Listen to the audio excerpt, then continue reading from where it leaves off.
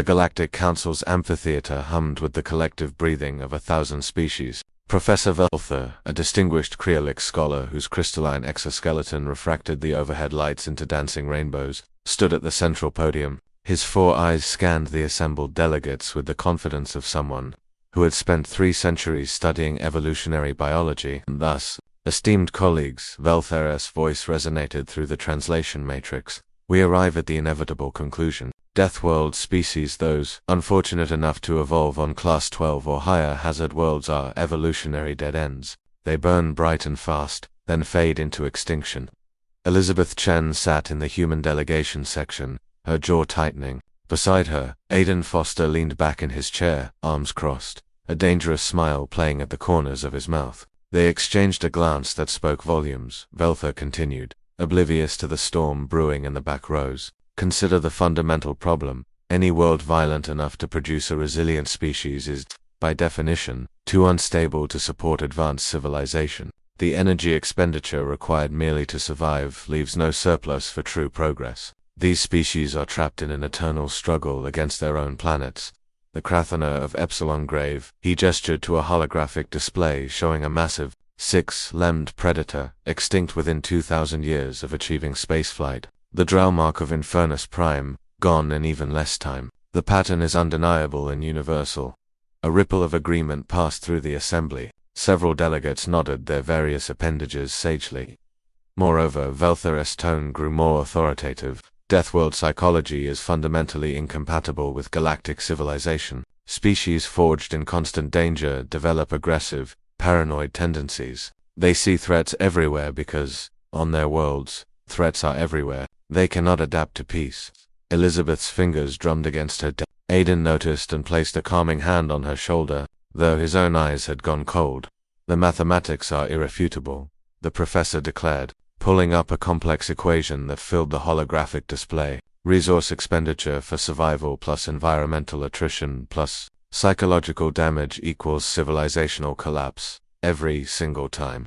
I have compiled data from 47 confirmed death species across galactic history. Not one, I repeat, not one has survived more than 5,000 years after achieving interstellar capability. It is a law of nature as certain as entropy. The assembly murmured appreciatively. Several delegates from particularly safeguarded worlds looked particularly smug. That's when Aidan stood up. The movement was smooth, controlled, and somehow managed to draw every eye in the amphitheater. There was something about the way humans moved, an efficiency of motion born from a planet that punished waste, that made other species instinctively nervous. Point of order. Aidan's voice cut through the murmurs without being raised. Humans had learned to project their voices on a world where being heard could mean survival. Velther's crystalline face turned toward the interruption, his expression unreadable to most species but clearly annoyed to those who knew Kreolix body language. The floor recognizes. Ah yes, the human delegation. Please, do share your thoughts, primitive though they may be. We are nothing if not inclusive. Elizabeth winced at the casual dismissal but remained seated. This was Aidan's show. Now Aidan smiled, and several nearby delegates shifted uncomfortably. Thank you, Professor. Fascinating presentation. Really top-notch work. I especially enjoyed the certainty with which you declared that no Deathworld species has ever survived long-term.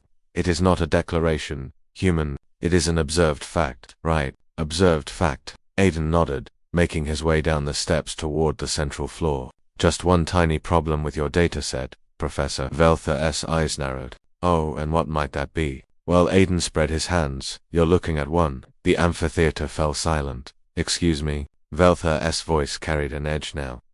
Elizabeth stood up, joining Aidan on the floor. When she spoke, her voice carried the weight of someone who'd spent years fighting for humanity's place among the stars. Earth, Professor. Surely you've reviewed Earth's hazard classification. Class 11.8. Velther responded automatically, barely below the threshold for true Deathworld status. Still quite manageable compared to 11.8 was our OLD classification, Aidan interrupted. Before the Council's surveyors actually spent time there. Care to share the updated rating, Professor?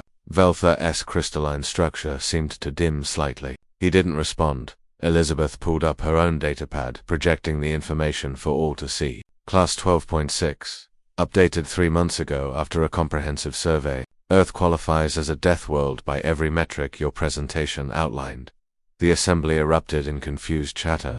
Gravity 1.3 times galactic standard, Aiden continued, counting off on his fingers. Atmospheric oxygen concentration that would be toxic to 60% of known species. Weather systems that regularly produce winds capable of leveling cities. Plate tectonics that cause ground-shaking events weekly. An axial tilt that creates extreme seasonal variations. And let's not even get started on the megafauna we had to compete with. Saber-toothed cats, Elizabeth added. Cave bears. Crocodiles that have remained virtually unchanged for millions of years because they achieved perfection as killing machines. Not to mention, Aiden continued, the microscopic threats. Bacteria and viruses that mutate rapidly enough to keep us in a constant evolutionary arms race. Parasites, venomous creatures on every continent. Velthar's voice was weak now. But humans have only been spacefaring for 300 years, Elizabeth confirmed. We've been members of the Galactic Council for and before you ask, no, we're not showing any signs of the civilizational collapse your model predicts.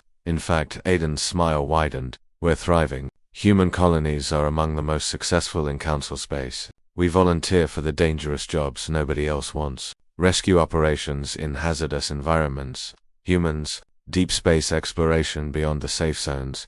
Humans, establishing outposts on planets other species consider uninhabitable. You guessed it. But the psychology, Velthar protested weakly. The aggression, the paranoia, ...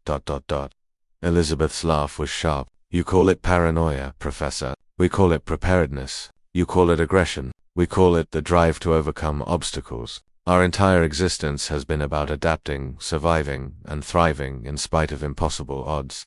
We don't see threats everywhere, Aiden said softly, his voice carrying nonetheless. We see challenges, puzzles to solve, problems to overcome. That's not a bug in our programming, Professor. It's a feature. The amphitheater was utterly silent now.